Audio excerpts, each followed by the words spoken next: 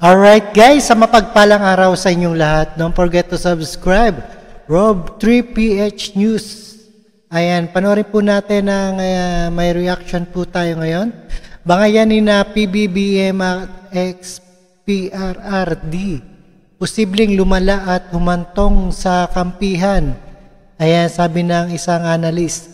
At naniniwala ang isang political analyst na posibleng lumala at humantong para sa kampihan ng mga politiko, ang mangyayari sagutan ng Pangulong Marcos Jr. at si dating Pangulong Duterte.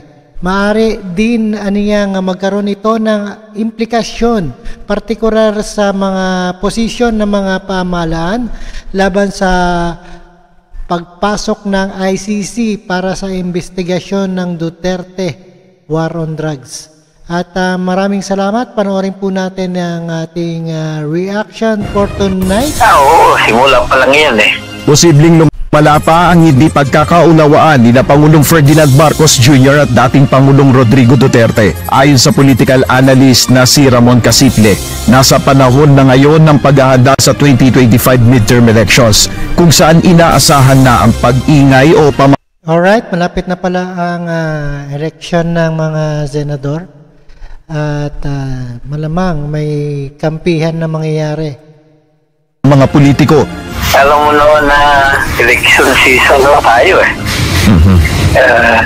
Kaya nagkakaroon ng mga ganyang klaseng gulo, no? Para kay Casiple, simpleng awayan pa lamang ang nangyayari sa ngayon at wala pang umuusbong na mga malinaw na alyansa ng mga partido. Kapag dumating anya ang pagkakataon na may nangyayaring kampihan ng mga political groups sa away nila PBBM at Duterte, dito na umano maaaring lumala ang sitwasyon.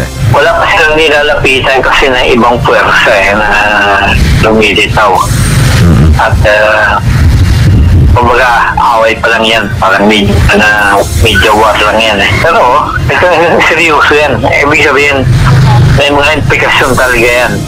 Ayon kay Casiple, maaari itong magkaroon ng implikasyon sa posisyon ng pamahalaan sa isinasagawang investigasyon ng International Criminal Court o ICC sa war on drugs ng Duterte administration, kung saan naninindigan si Pangulong Marcos na hindi maaaring manghimasok ang ICC sa Pilipinas. Sa ngayon, ayon kay Casiple, maaga pa para hatulan ang kahihinatnan ng world war nila Pangulong Marcos at dating Pangulong Duterte. Nel Maribuhok. Alright, napanood po natin at napakinggan dito sa ating bangayan nila PBBM at ex-President Rodrigo Roa Duterte.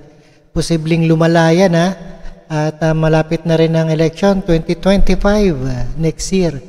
At maraming salamat sa support to Rob3 News PH and keep safe and healthy sa inyong lahat and peace out.